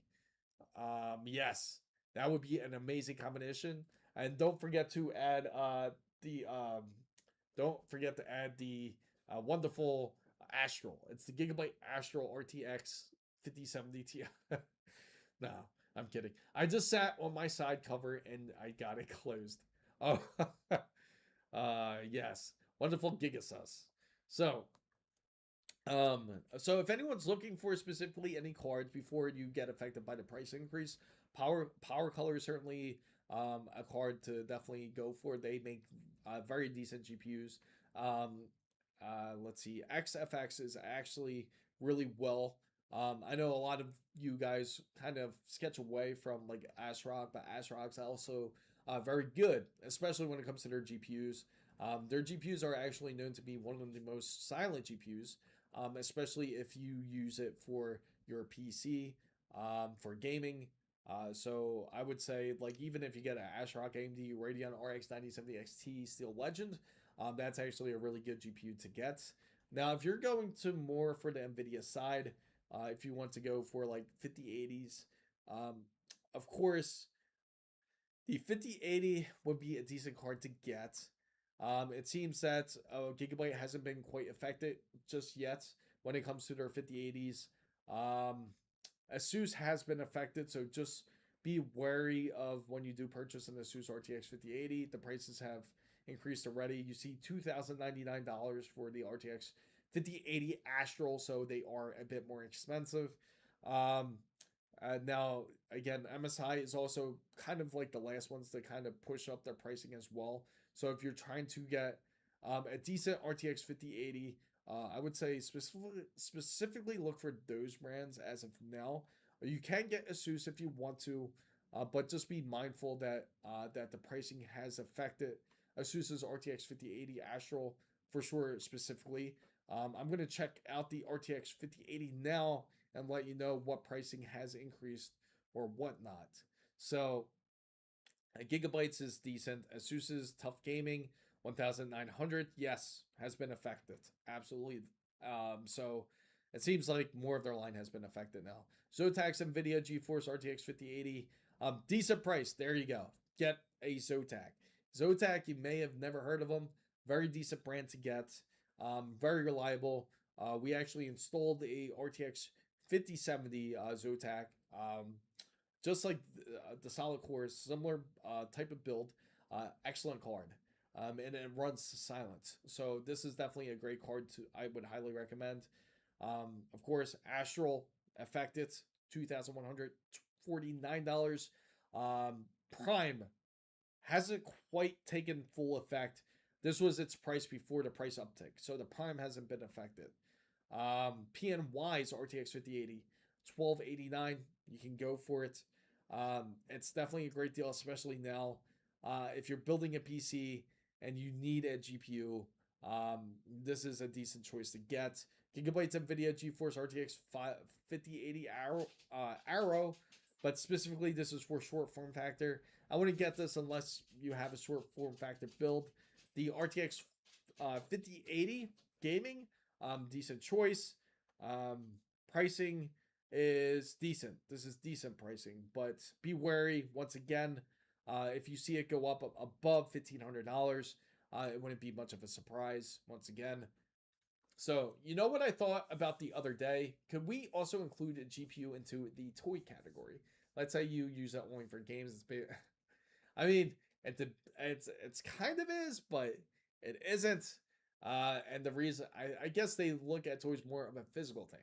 So I know it's a dumb way thought process. I was just, hey, nothing wrong with it. Maybe it's another way to find a great discount, especially if it's possible. PNY's Epic X, this is like their top card here. This is a decent card you can get for $13.19. Not a bad choice, especially for how the average price for a GPU is about $1,500. Here's a Asus's NVIDIA GeForce RTX 5080. It's $1,900 now. It's almost $2,000. Incredible compared to where it was about $1,600 a while ago. But the good news is the price uptick hasn't completely went up. In fact, we actually looked at this card on Amazon just on Wednesday, and it was actually priced at $1,700. So let's just double check Amazon because they actually had a decent price for this card. Well, let's check Newegg while we're at it. Let's see if it's up here. Oh, wow. Yeah, Newegg has it up very expensive, but again, it looks like third-party sellers more than actual Newegg. Let's go ahead and check Asus here. And yes, wow, that was fast. So it looks like it did go up in price a little bit. Originally, actually, just on Wednesday, guys, it was at $1,700. It's at $1,934. Now, I can say it's a very good GPU. Personally, I'm using it even right now as we're streaming. That's the GPU that I actually use for the stream. Um, so a PC is my Zotac 5080 solid overclock hasn't changed in price in over a year. Been the most stable card. PC philosophy, good thing that you bought. Yeah, I did. Yeah, that's why I bought it then. I have a 5080. I paid 1300 gaming trio. Don't pay more than that. It's not worth it. I don't even think it's worth 1300. It's the rough truth. Oh yeah, Amazon, you can again. Let's hope you don't. Let's hope you don't. There's more people that are getting sketched out when they purchase their cards, even from Best Buy. They'll open it right in front of the people at the store just to let them know that if it is packed with a brick or if it's packed with something that shouldn't be in there. Just as of recent, there was somebody that actually opened up their RTX 5070 Ti. It was a gigabyte RTX 5070 Ti. It was shrink wrapped.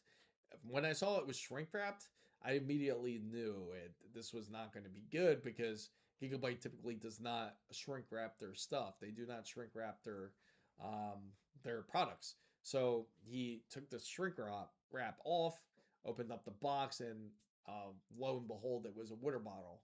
And this was in store, guys. So and Ella says, I have multiple 50 series cards, but I feel like I have to buy more to outlast it.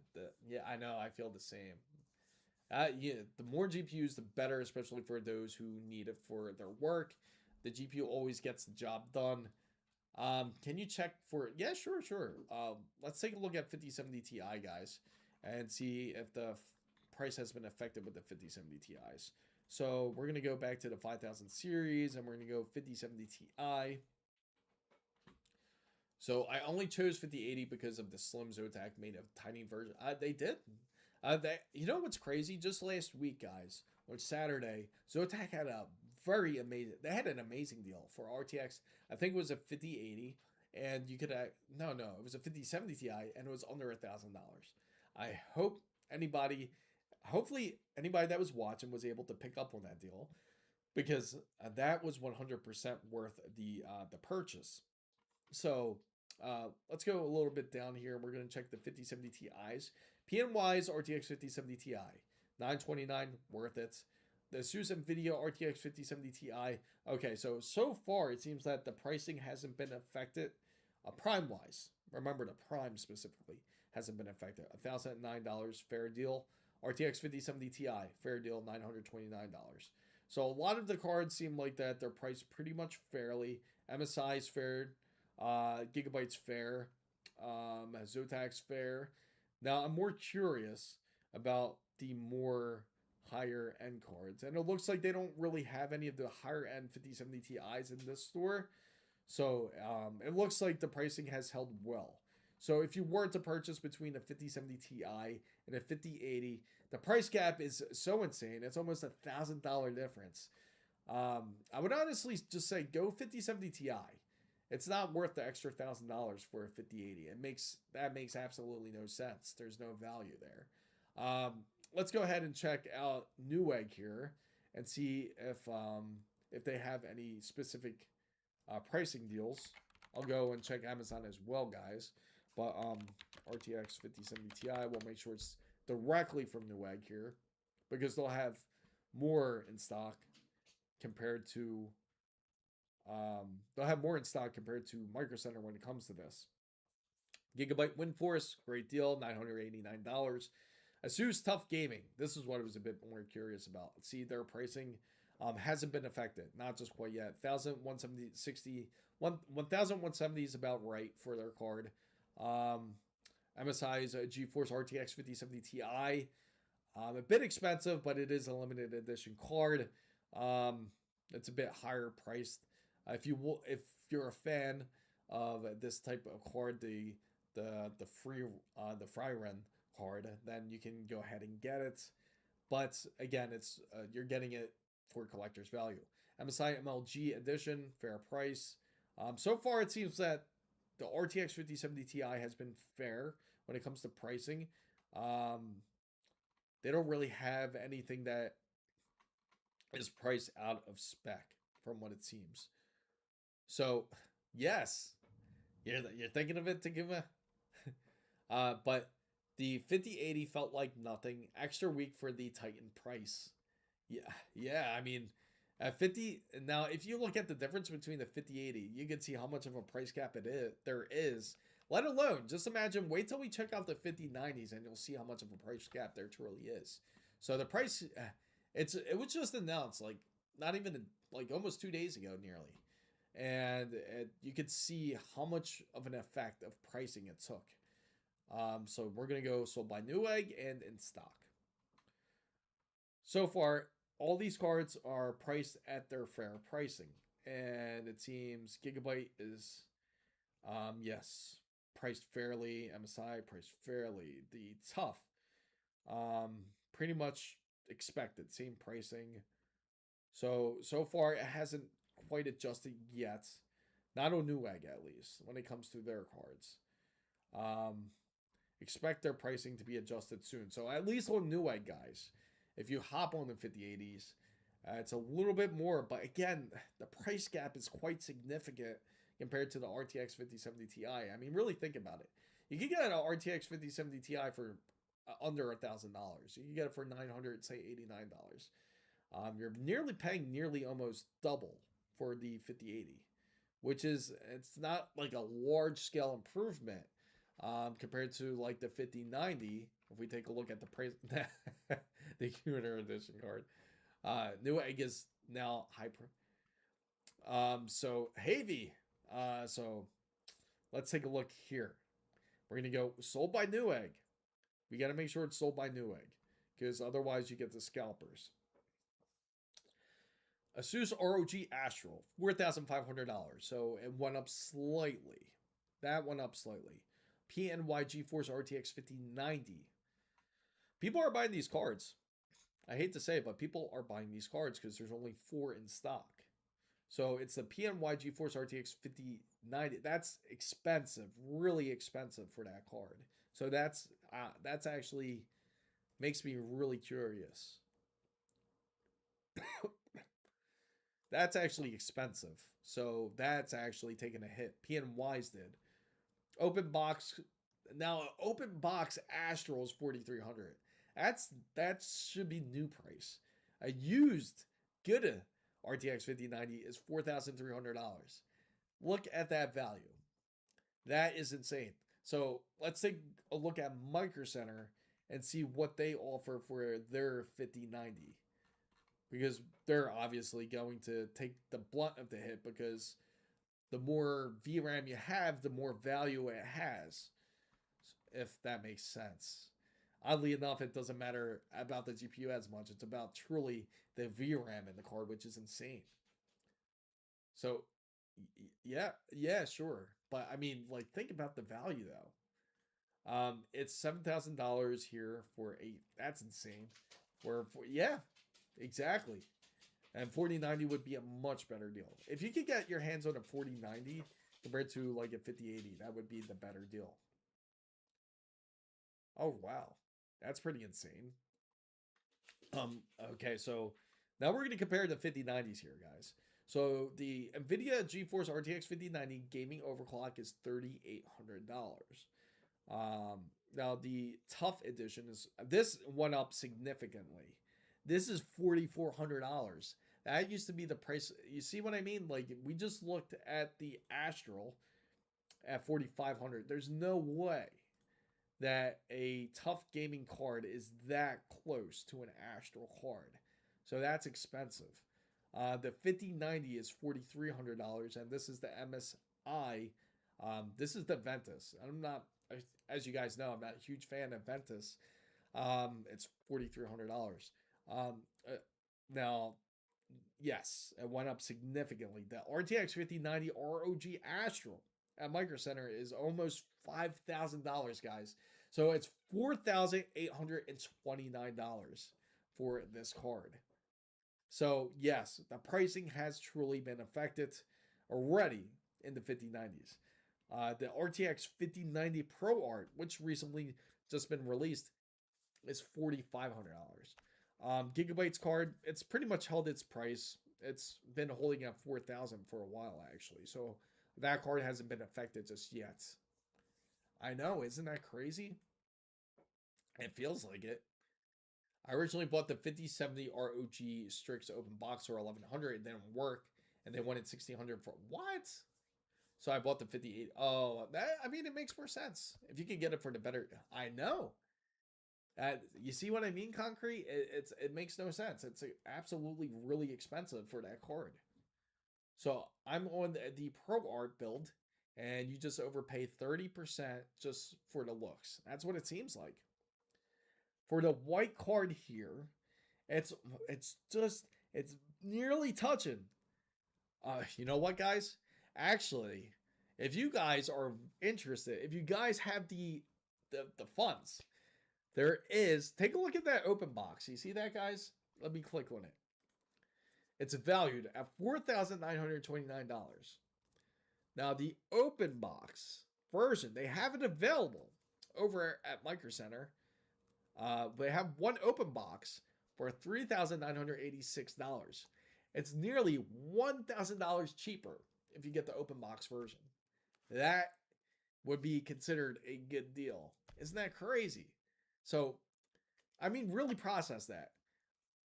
$4,000 practically, nearly to $5,000, $1,000 difference price gap because one is open boxed versus the one that is fresh in the box.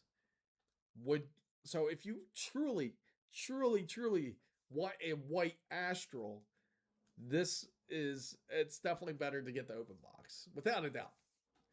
Because especially from Micro Center, and get the warranty with it too. What's going on, Dark Style? Can you try the open box? And if yes, you can. And that's the best part about Micro Center. If you try the open box one and it does not work, you can absolutely bring it back. I don't think you'll be able to get a brand new one for that price, obviously. Say if it wasn't working, they're not just going to swap it out for you. But if it is working for a decent amount of time, I'm pretty sure you can get a warranty on there to where if it ends up failing, say in 6 months, then you could end up swapping out if you truly need to. So does that card read the power cable? Yes. Yeah, definitely it would have to. So let's go back here. So again, Astral has truly been affected by the price, regardless if it's the RTX 5090 or the RTX 5080. So the price increase has impacted it well. Now the Zotac, this is their top card, the RTX Amp Extreme, $3,900, and that's brand new. I would say just go for that. It's $1,000 difference if you just get the Astral. That's insane. That truly makes you question your decisions in life, if anything, because that's insane. They have the Infinity. Infinity actually would be the better card to get, honestly, in my opinion, over the Astral. If you were to spend $5,000 on a card, they do have it available. It's $5,300. This is insane. You can build two PCs out of that. Like if you really wanted to, you could build two PCs out of it. I can't wait to see my ASRock Taichi 9070 XT just over. The fortunate future is going to happen. Computer. We joked about RTX 5090s coming with fire extinguishers. So if you were to get a 5090, that you can have a fire extinguisher with it too. You actually found it. I know. Isn't that crazy? Yeah, it would be better to invest that 1,000. Yeah, absolutely. Absolutely.